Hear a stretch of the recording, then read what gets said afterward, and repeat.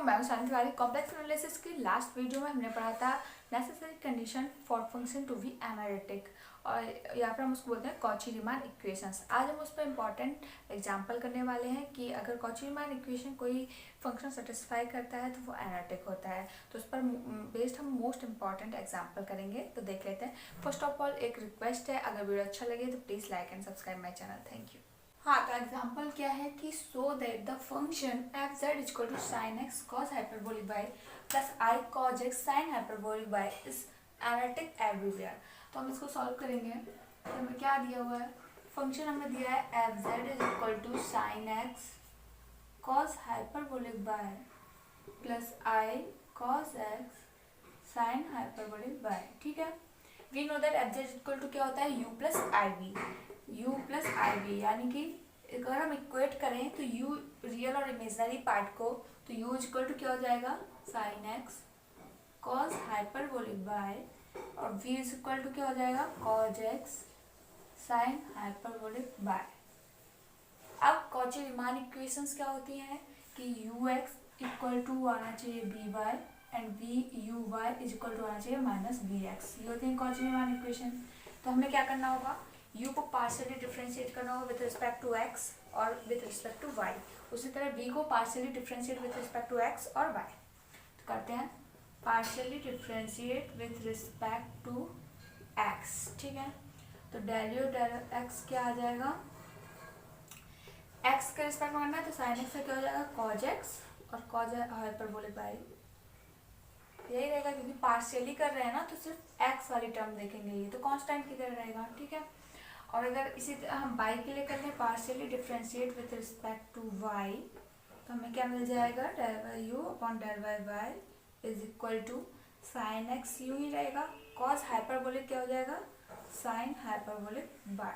ठीक है, इसी तरह से हम b का करेंगे partially differentiate with respect to x, तो वी एक्स क्या आ जाएगा हमारा, कॉज एक्स क्या होता है माइनस साइन एक्स, और साइन हाइपरबोलिक बाय यू ही रहेगा, और partially differentiate with respect to y, तो हमें वी वाई क्या मिल जाएगा, कॉज एक्स और कॉस हाइपरबोलिक y।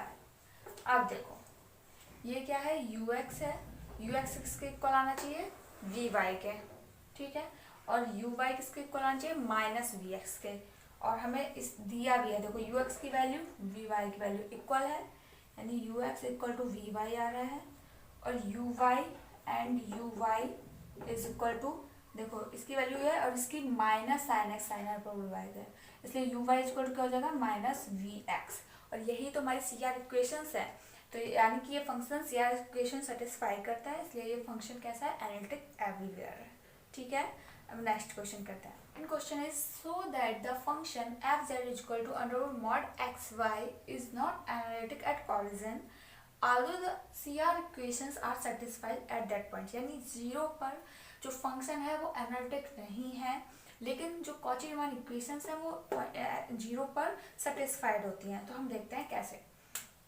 हमें दिया है f z is equal to under root mod x y. ठीक है, वी नो दैट कि f z is equal to क्या होता है, यू प्लस आई वी। अब ये देखो कि इसमें इमेजनरी पार्ट तो है ही नहीं, राइट। इक्वेट करेंगे तो u इज इक्वल टू क्या आएगा, रूट में मॉड एक्स वाई, और b इज इक्वल टू क्या हो जाएगा, जीरो। ठीक है, अब हमें ऑरिजिन एट ऑरिजिन पर देखना है कि कॉची-रीमान इक्वेशन सेटिस्फाइड होती है। पहले हम कॉची-रीमान इक्वेशन निकालने हैं ऑरिजिन पर। ठीक है, तो at origin del by u upon del by x is equal to limit x tends to zero u x comma zero minus u zero comma zero upon x, ये formula होता है। ठीक है, तो इससे इजी हो जाएगा। कैसे, देखो अगर u x कॉमा ज़ीरो यानी बाई की जगह जीरो रखोगे तो x इंटू ज़ीरो जीरो हो जाएगा, minus zero comma zero x y दोनों की वैल्यू जीरो है, ज़ीरो अपॉन x, यानी इसकी पूरी वैल्यू क्या हो गई, ज़ीरो। क्लियर है, इसी तरह से del by u upon del by y is equal to limit y tends to zero u zero comma y. अब यहाँ पर y के लिए है तो x जीरो हो गया, minus u zero comma zero upon y ठीक है, तो इसकी वैल्यू भी 0 हो जाएगी क्योंकि x 0 है और दोनों मल्टीप्लाई है। -0/y is equal to 0। ठीक है, अब देखो u था, हमने del y u upon del y x del y u upon del y y निकाल लिया। v हमें 0 दिया है, तो उसका अगर हम x के रिस्पेक्ट में पार्शियल डिफरेंशिएट निकालें या y के रिस्पेक्ट में, वो 0 ही आना है। तो हमें क्या मिला, del y v अपॉन del y x is equal to 0 और del y v अपॉन del y y equal to भी 0। अब देखो CR इक्वेशन क्या होते हैं कि ux इक्वल टू होना चाहिए वी वाई के। अब ux निकला है 0, वी वाई निकला है 0, इक्वल हो गए। यू वाई निकला है 0, वी एक्स निकला है 0, तो u y equal to minus v x, 0 में माइनस लगा दो तब भी 0 ही आना है, तो उसकी वैल्यू भी 0 हो गई, यानी CR equation satisfied at origin. Now हमें बोलना है, दिखाना है कि not analytic at origin. Analytic कब होता है, जब वो डिफरेंशिएबल होता है, तो हम 0 पर डिफरेंशिएबल निकालेंगे कि डिफरेंशिएबल नहीं है, हमें ये दिखाना होगा। ठीक है, नाउ एफ डैश 0 हमें निकालना है, ऑरिजिन पे दिखाना है, एनालिटिक नहीं है तो हम डिफरेंशिएबिलिटी चेक कर ले। एफ डैश 0 इक्वल टू क्या हो जाएगा, limit z tends to 0 f z minus f 0 upon z, right. अब वैल्यू रख दो, limit z tends to 0, f z की वैल्यू क्या है, रूट में मॉड एक्स वाई, ठीक है, माइनस 0 अपॉन जेड की वैल्यू क्या होती है, x plus i y, z की वैल्यू होती है एक्स प्लस आई वाई। ठीक है, अब देखो यहाँ पे क्या, अगर हम ले लें z tends to 0 along y is equal to हम एम एक्स ले लें। ठीक है, क्या किया हमने कि हमने एफ जेड की वैल्यू रखी, माइनस एफ 0 रखेंगे तो 0 हो जाएगा, अपॉन जेड की value x plus i y. अब हमने क्या किया है कि हमने ले लिया कि y is equal to m x पर हम इसकी वैल्यू निकालेंगे। ठीक है, कि z tends to 0 along y equal to m x, तो क्या आ जाएगा, m x square, right, upon x plus i m x. अब देखो एक्स स्क्वायर, एक्स बाहर आएगा, अंडर रूट में एम अपॉन एक्स कॉमन ले लेंगे, क्या आ जाएगा 1 प्लस आई एम। हमें क्या वैल्यू मिल गई, रूट में m upon 1 plus i M. अब देखिए, अब हम डिफरेंशिएबल की डेफिनेशन पे जाएंगे कि कोई भी फंक्शन डिफरेंशिएबल कब होता है किसी पॉइंट पे, अगर लिमिट एग्जिस्ट करे यूनिकली एंड फाइनाइटली, राइट। तो क्या ये यूनिक लिमिट है, नहीं, क्योंकि यहाँ पर m आ गया है और m की कोई भी वैल्यू हो सकती है, m आर्बिट्रेरी है, कोई भी वैल्यू हो सकती है, तो ये यूनिक लिमिट नहीं है, ये डिपेंड कर रही है m की वैल्यू पर, इसलिए एफ डैश 0 नॉट एग्जिस्ट, यानी कि हम बोल सकते हैं कि f z is not analytic at origin. Okay, हम नेक्स्ट क्वेश्चन पे चलेंगे। Find whether the following function are analytic. हमें दो फंक्शन दिए हैं, बताना है कि कौन सा एनालिटिक है कौन सा नहीं है, या फिर दोनों है। एफ जेड इक्वल टू दिया है जेड बार और एफ जेड इक्वल टू दिया ई जेड। तो पहले हम ये वाला करते हैं। वी नो दैट कि f z is equal to क्या होता है, यू प्लस आई वी होता है, तो हम एफ जेड को हम क्या लिख सकते हैं, यू प्लस आई वी। और जेड बार क्या होता है, हमने पिछले वीडियोस में पढ़ा होगा कंजुगेट ऑफ जेड, राइट। तो कंजुगेट जेड अगर एक्स प्लस आई वी है, आई वाई है, तो जेड बार क्या हो जाता है, एक्स माइनस आई वाई। ठीक है, तो जेड बार की वैल्यू क्या हो जाएगी, एक्स माइनस आई वाई। अब हम क्या करेंगे, equate real and imaginary part, तो u इज इक्वल टू हो जाएगा x और v इज इक्वल टू हो जाएगा माइनस वाई। ठीक है, अब पार्शियली डिफ्रेंशिएट कर देंगे, अगर हम इसको पार्शियली डिफरेंशिएट करेंगे तो del y u upon del y x is equal to आ जाएगा 1, यहाँ del y v upon del y y is equal to आ जाएगा -1। ठीक है, अब अगर u को y के रिस्पेक्ट में करें तो del y u upon del y y is equal to 0 और v को x के रिस्पेक्ट में करें तो 0। अब देखो कॉची-रीमान इक्वेशन क्या होती है कि ये दोनों की वैल्यू इक्वल होनी चाहिए और इन दोनों की, ये दोनों तो इक्वल हैं, but ux not equal to vy. Since one of the Cauchy sequence equation is not satisfied, तो हम बोलेंगे कि फंक्शन इज नॉट एनालिटिक। अगर दोनों में से एक भी सेटिस्फाइड नहीं करती है तो फंक्शन इज नॉट एनालिटिक, तो हम बोलेंगे कि ये जो f z is equal to z bar है इज नॉट एनालिटिक, राइट। अब सेकंड में भी देख लेते हैं, सेकंड में क्या करेंगे, एफ जेड को हम क्या लिखेंगे, u plus i v is equal to e to the power z दिया है, अब जेड की वैल्यू क्या होती है, एक्स प्लस आई वाई।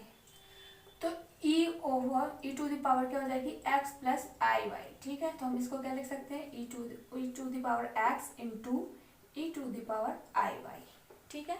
अब हमने पढ़ा है e to the power i theta is equal to होता है cos theta plus i sine theta.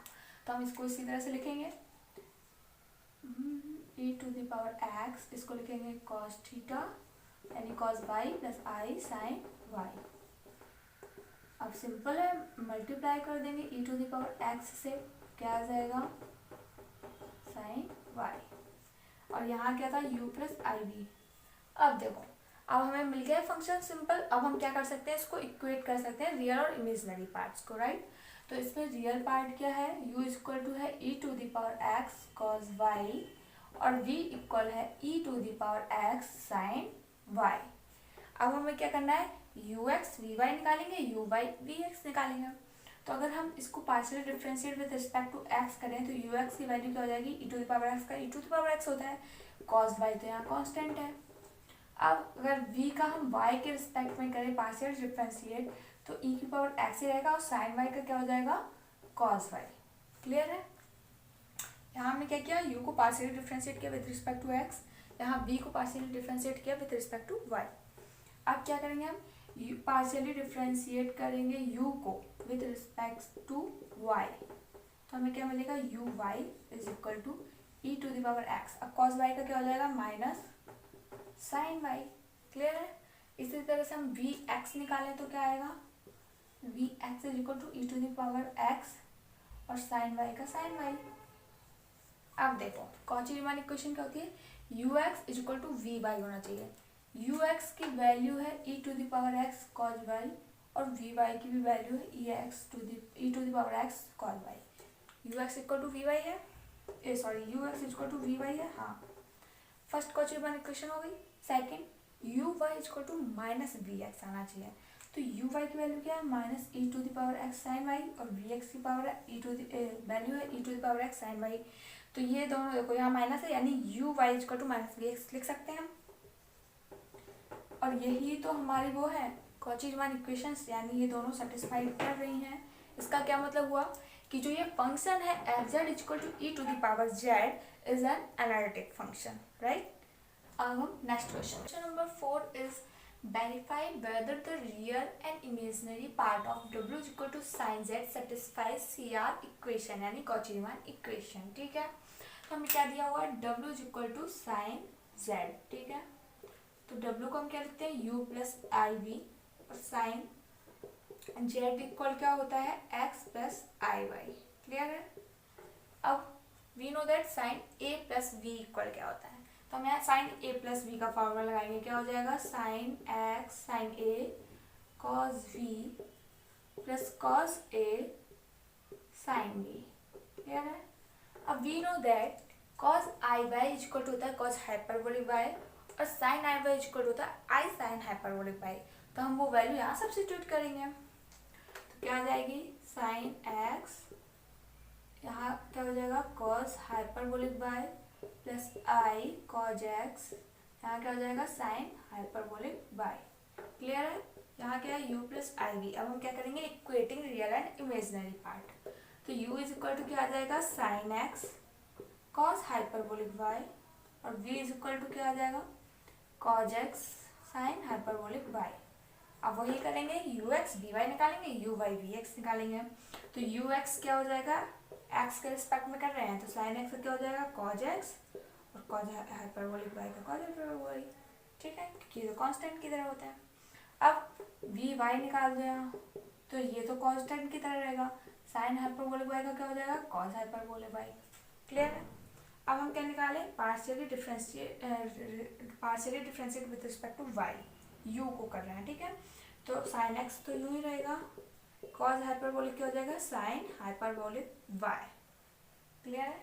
और वी एक्स क्या हो जाएगा हमारा, कॉज एक्स से क्या होता है माइनस साइन एक्स, तो साइन हाइपरबोलिक वाई नहीं रहेगा। अब देखो ये है हमारी यू एक्स की वैल्यू, सी आर इक्वेशन में यू एक्स किसके इक्वल होता है वी वाई के, और ये है वी वाई की वैल्यू। तो देखिए दोनों की वैल्यू सेम है ना, तो u x is equal to क्या दिया है वी वाई हमने निकाल लिया है। एक सी आर इक्वेशन सेटिस्फाई हो गई। सेकंड यू वाई की वैल्यू क्या है, sine x sine hyperbolic y, और वी एक्स की वैल्यू क्या है, minus sine x sine hyperbolic y. तो हमें क्या मिला है, u y is equal to minus v x. ये हमारी सेकेंड सी आर इक्वेशन है, यानी कि दोनों सी आर इक्वेशन सेटिस्फाई हो रही है। इसका मतलब है कि जो हमें डब्ल्यू equal to sine z satisfy C R equations. ठीक है, अगर वीडियो अच्छा लगे तो please like and subscribe my channel. Thank you.